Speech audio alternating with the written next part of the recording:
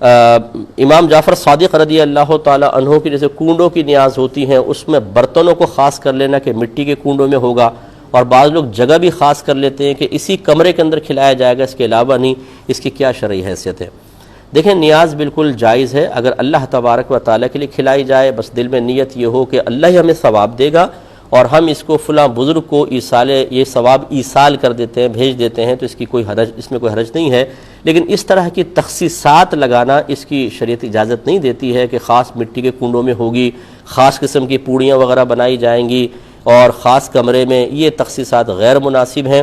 آپ کوئی بھی کھانا کھلا سکتے ہیں، بریانی پکا کے کھلا دیں، سریعام کھلا دیں، کمرے میں نہ کھلائیں، سب کی اجازت ہوتی ہے۔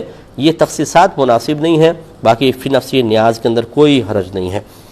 یہ کہتے ہیں کہ یہ سنا یہ ہے کہ اگر کسی نے کہا کہ اگر کوئی غیبت کر کے مرے تو سب سے آخر میں جنت میں جائے گا، اور بغیر توبہ کیے مرے تو سب سے پہلے جہنم میں جائے گا، کیا حکم شرع ہوگا؟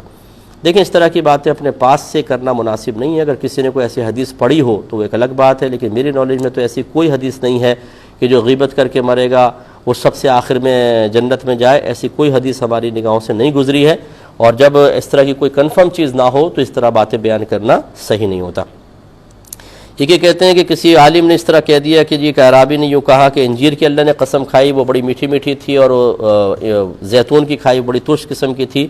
تو ایسا کوئی واقعہ ہمارے سامنے تو نہیں آیا بہرحال، اور اگر ہوتا بھی، فرض کر لیں کوئی ایسا ہوتا بھی، تو اس طرح پبلکلی اس طرح معاملات ذکر کرنا یہ قطعاً غیر مناسب ہے۔ اللہ تعالیٰ مقررین کو ہدایت عطا فرمائے کہ پبلک کو خوش کرنے کے لیے بعض اوقات ایسے سے چٹکلے چھوڑ دیتے ہیں جو قابل گرفت ہوتے ہیں۔ اللہ تعالیٰ سنبھلنے کی توفیق عطا فرمائے۔ اب وقت چونکہ تمام ہو چکا ہے، آپ سے اجازت طلب کرتے ہیں، آپ ہمارے لیے دعا کیجئے، ہم آپ کے لیے دعا گو ہیں کہ اللہ تبارک و تعالیٰ آپ کو شعور کی دولت سے مالا مال فرمائے، تربیت اولاد کے سلسلے میں خاص طور پہ اللہ تعالیٰ ہمیں سنجیدہ ہو جانے اور موت سے پہلے اس کی تکمیل کر لینے کی توفیق عطا فرمائے، آمین۔ وآخر دعوانا ان الحمدللہ رب العالمین۔